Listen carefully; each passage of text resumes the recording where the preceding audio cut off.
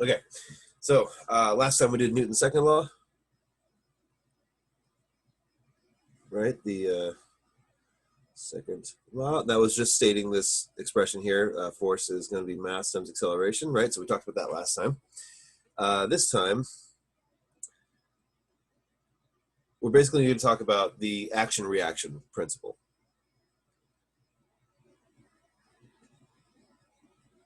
Okay, so that is like for every force applied on some object, there's going to be an equal and opposite force applied in the opposite direction. Now, pretty well-known law from Newton's laws.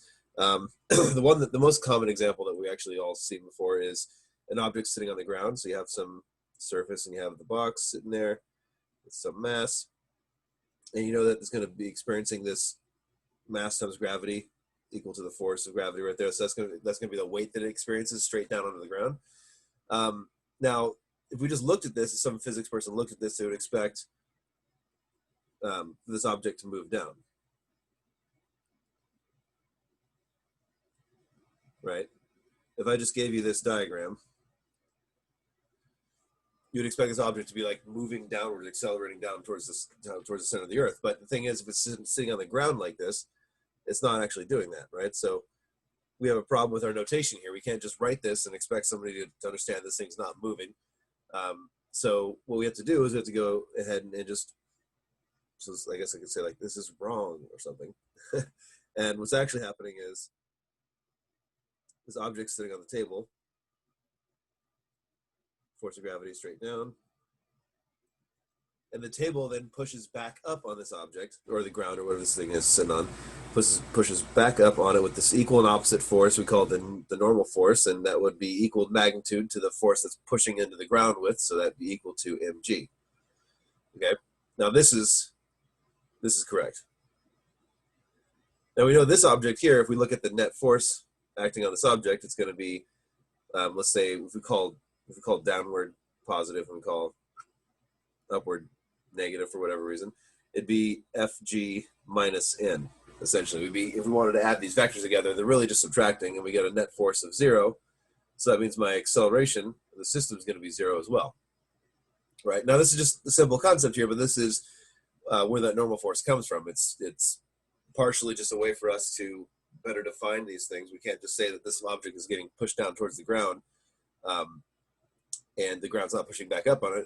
You know, if we just show that to somebody, we show this frame situation 1 to situation 2. If we show somebody number 1, we're going to expect that person to think that this object's moving down towards the ground. Well, really what's happening is the ground's pushing back up on it. Now, if it was on like a piece of paper, let's say, and you put the block on a piece of paper and let it go, they're all going to accelerate down. You know, the paper is pushing back up on the block, but the block's pushing back down on the paper. That's still happening, but there's just an unbalanced force because the paper has nothing else to push on. So, but yeah, so this is the action-reaction pair kind of situation. Now, that's what we're dealing with in this lab, except of course we're doing it with carts. The thing is, so let's look at some dynamic examples. So the classic example that's kind of counterintuitive is a car hitting a fly, or like a truck hitting a fly as it drives, you know, let's say there's some fly flying on the road, and then you have some truck, which I'll draw some half-ass truck. Yeah. All right. Fly hits the wind, so that this vehicle is moving, right? It's got some big mass. This thing's got some little mass. This thing's moving with some initial velocity, and it splats into the windshield, right? So the question is, did the fly or the truck experience a greater force? Or I guess I should say, which one experienced a greater force?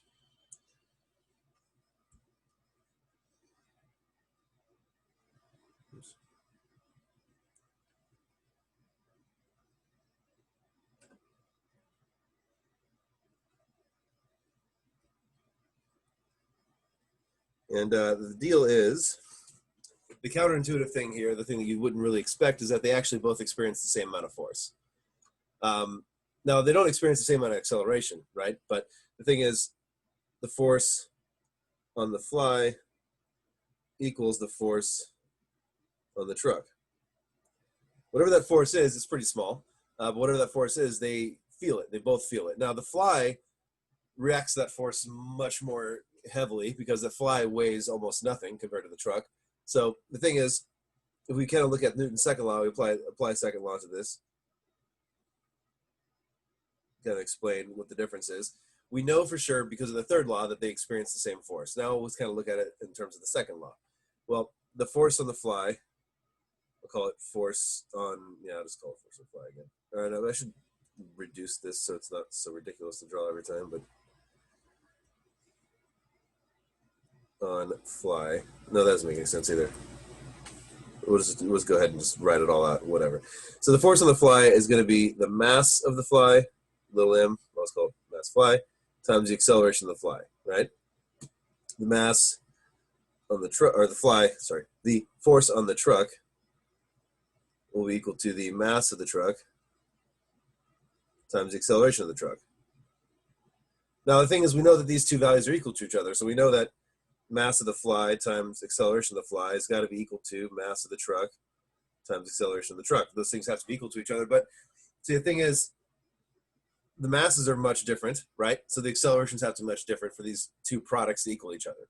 It's almost like if both these things equal 12, let's just say, for example, the fly would be something like 1 times 12, for the mass would be 1, acceleration 12, and the truck would be something more along the lines of 12 times 1, okay?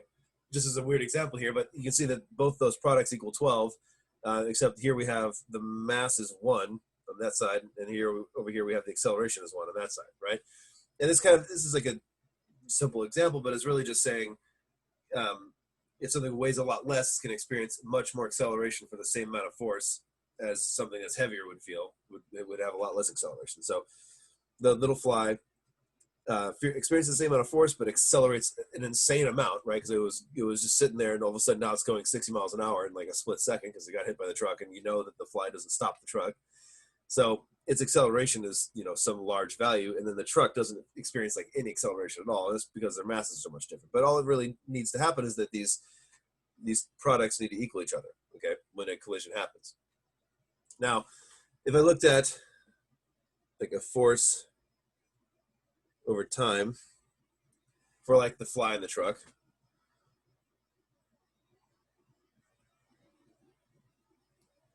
maybe something along the lines of, it's kind of what it's going to look like in the lab. I guess I'll make the dotted line the truck, or solid line the truck or something. So if this is just the force, it's the truck, or the truck experiencing, is the black line. Well, I guess it's going to be 0. Let's make 0 right here. So let's move along, and then the collision happens. The truck's going to experience this force, and then if the collision's done, it's going to go back to 0 again, okay? The fly will experience the same amount of force. So if you look at the plot, it would look something like this. It's just the same exact line on both sides of the curve here. This is just like a way for you to represent two different force plots in the same actual graph, right? So dot is fly, and then solid is truck. Okay.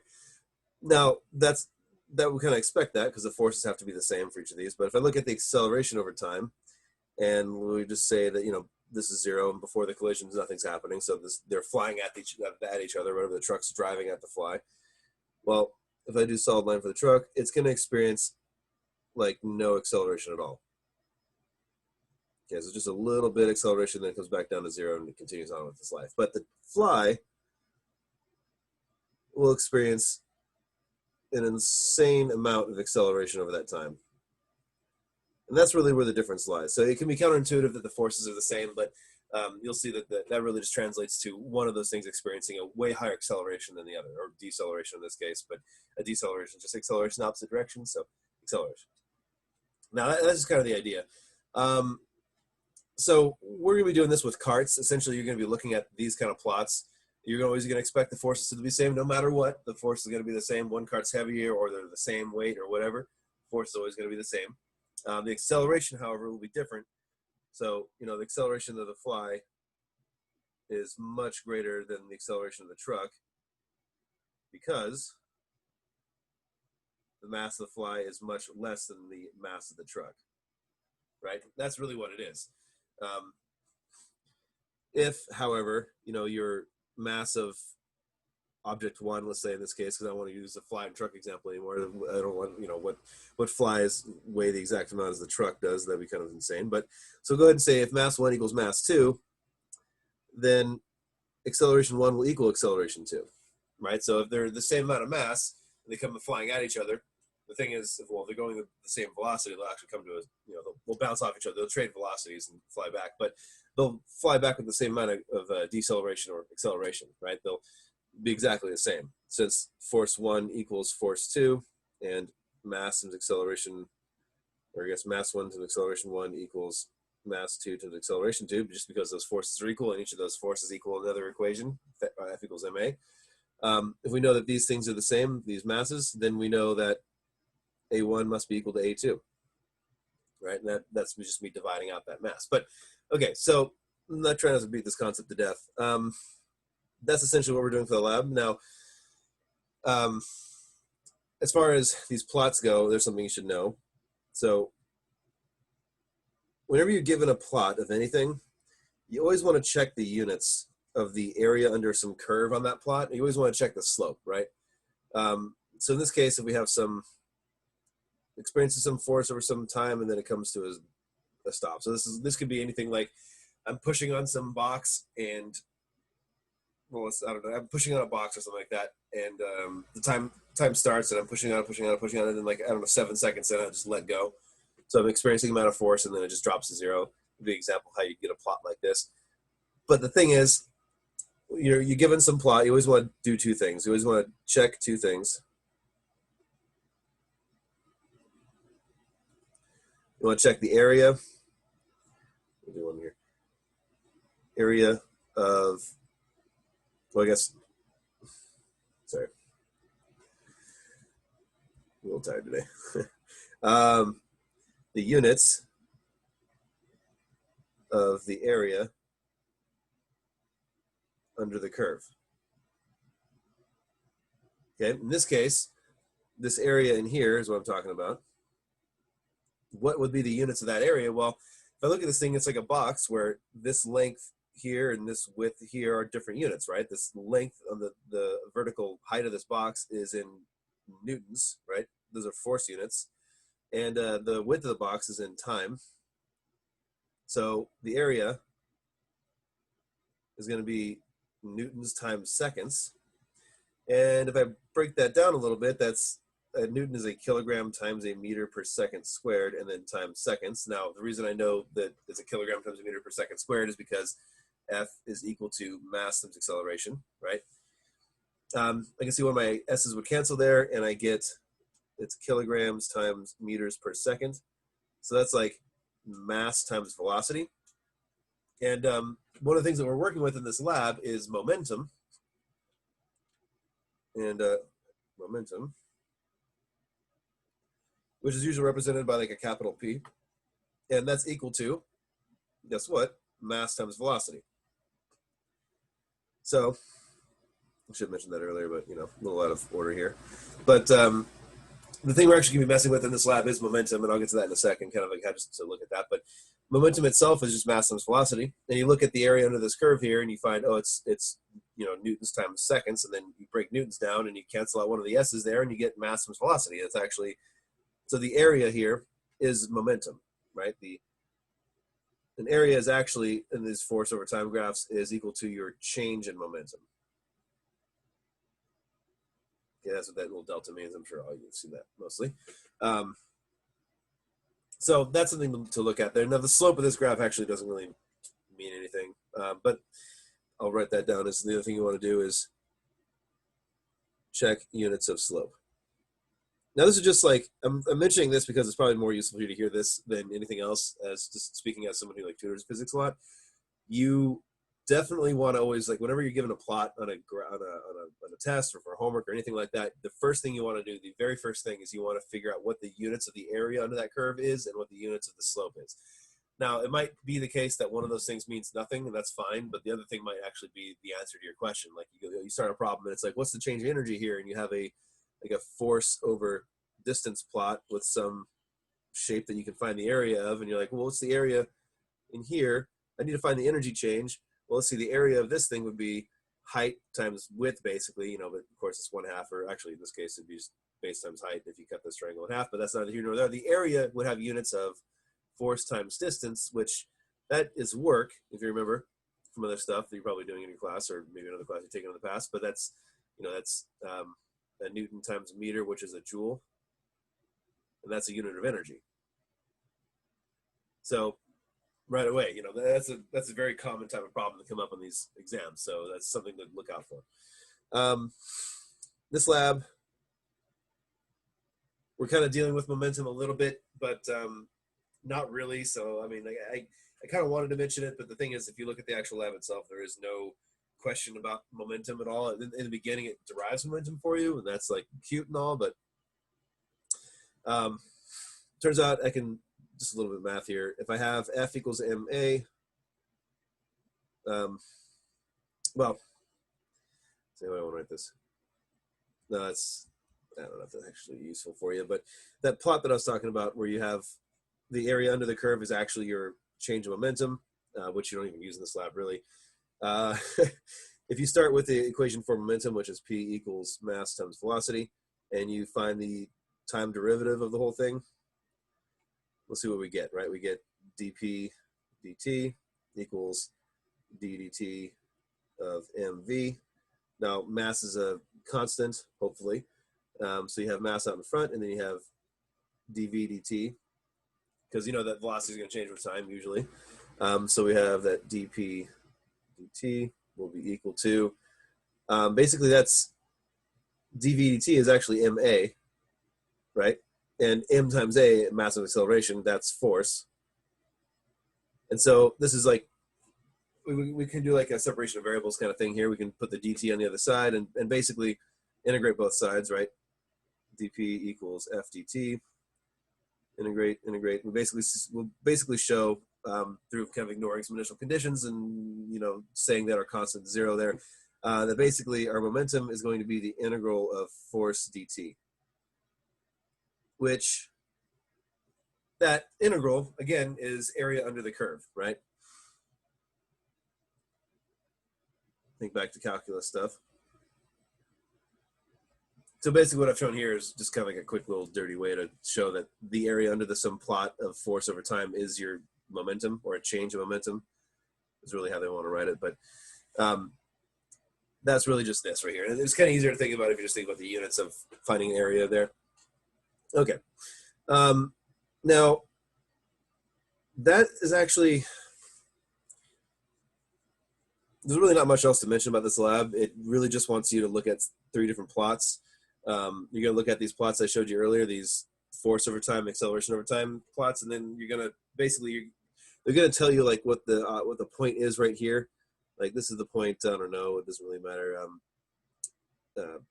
2 comma negative 0.5, and it'll ask you like what's the max acceleration of the truck, let's say, or in this case that's a fly.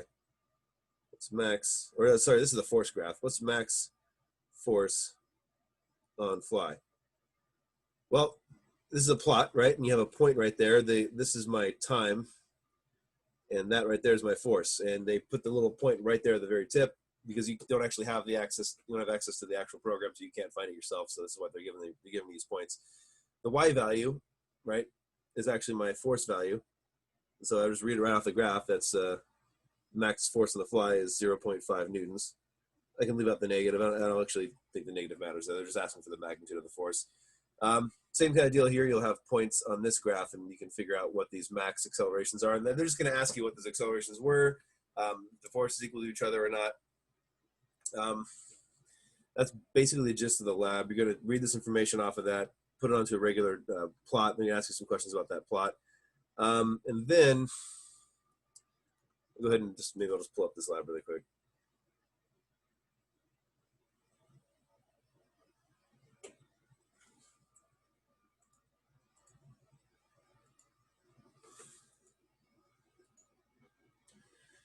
Okay, so I'll show you what I was talking about here.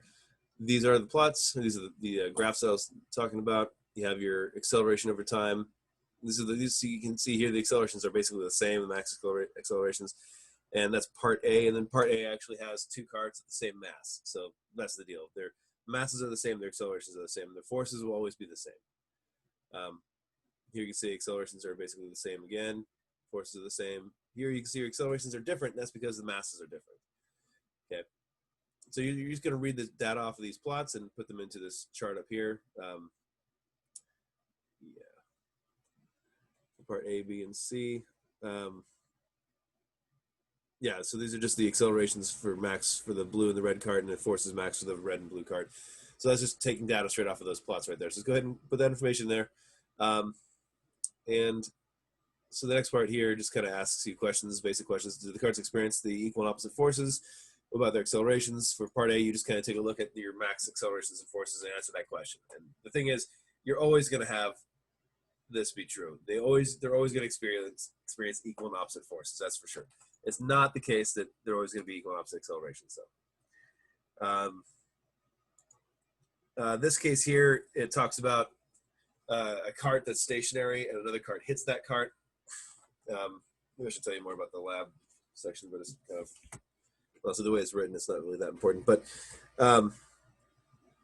so this case, like frame one, you have some cart flying at another cart, and this one's stopped. Right, so that's frame one. And then frame two, that cart hits that cart. For a second, they're touching. And then frame three, you'll have the first cart that came in stationary and the second cart actually moving now. So you can see here, this is something you've probably seen before. If you take any two objects that have the same mass and you slam them into each other, one stationary, you slam the other one into that one, they're with, discounting friction and things like that, they're actually going to just trade their velocity. So one object sitting there, this one will come in, hit it, and that one will just keep going, and that stays there. It's kind of like billiard balls. If you hit the ball just right with no English on it, it'll do that kind of process too. Or actually, I guess it will back English on it so it doesn't spin forward, but you know what I mean. So this kind of thing is what's happening for part, I think it's part B.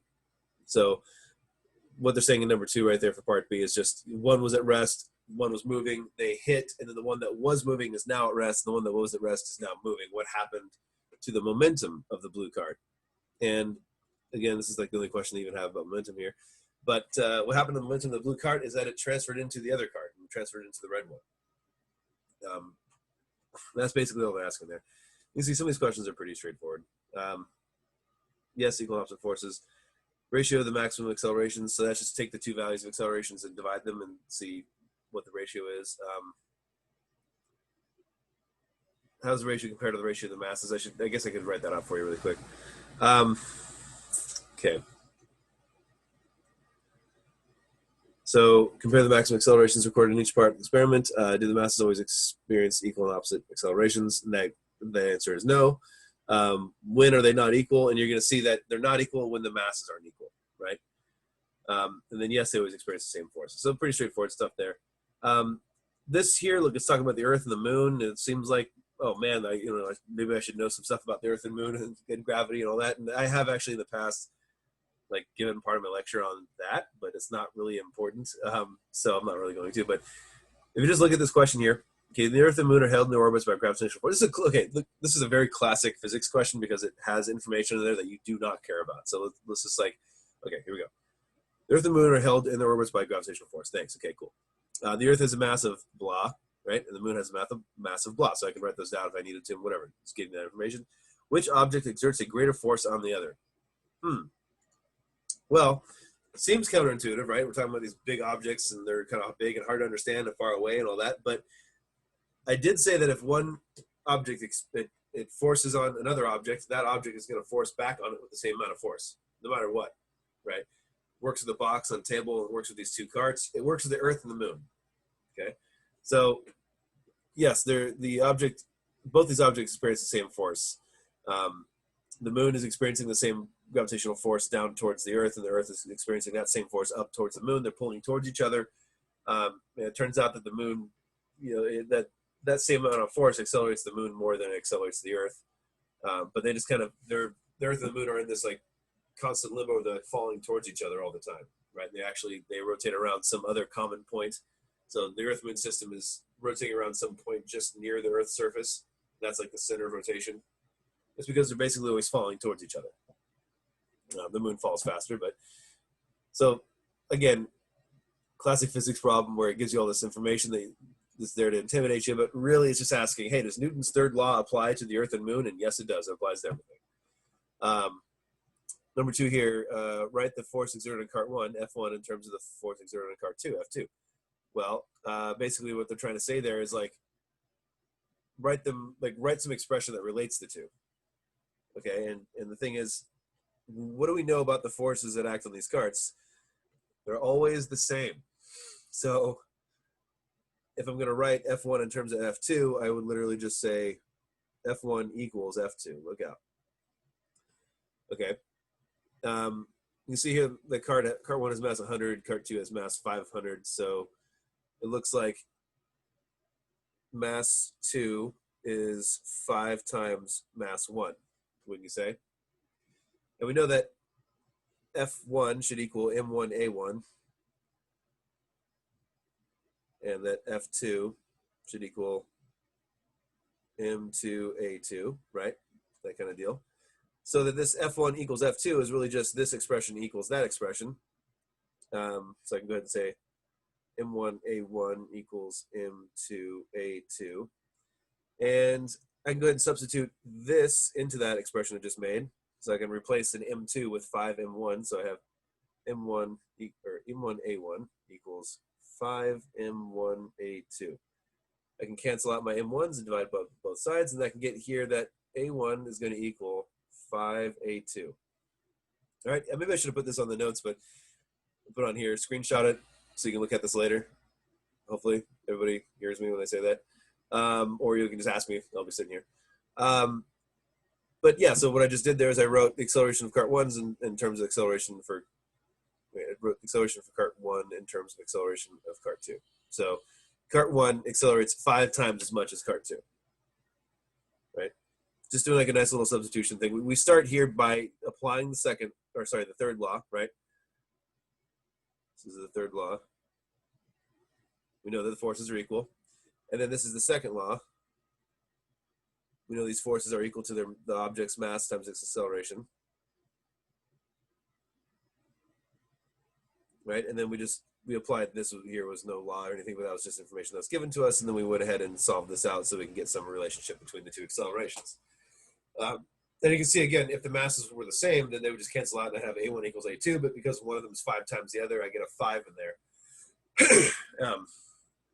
That's what happens. Okay, so that's essentially the lab right there. I'm sure some of you already started, but I'm going to go ahead and put you in your little groups and you can all get cracking.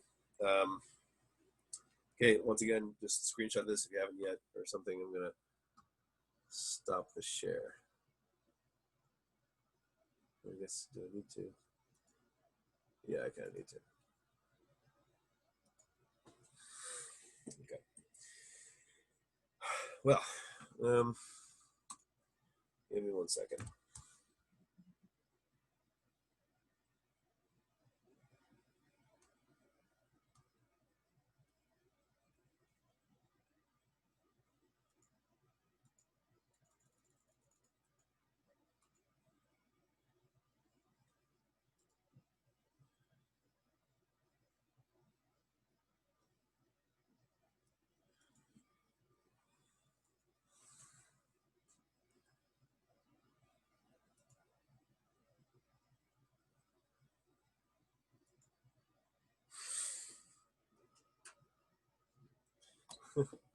You're like in it.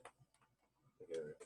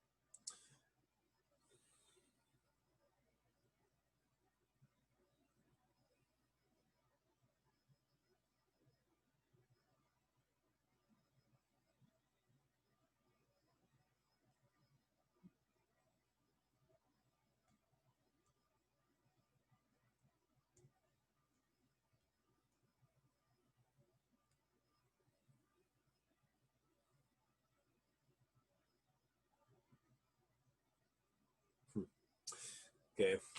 Again, like who's here and who isn't kind of changes each time. So I'm gonna like just randomly sign a couple people. Or,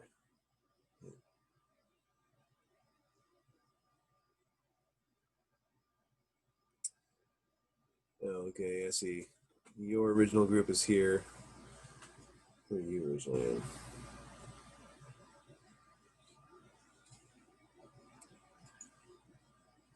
Let's see.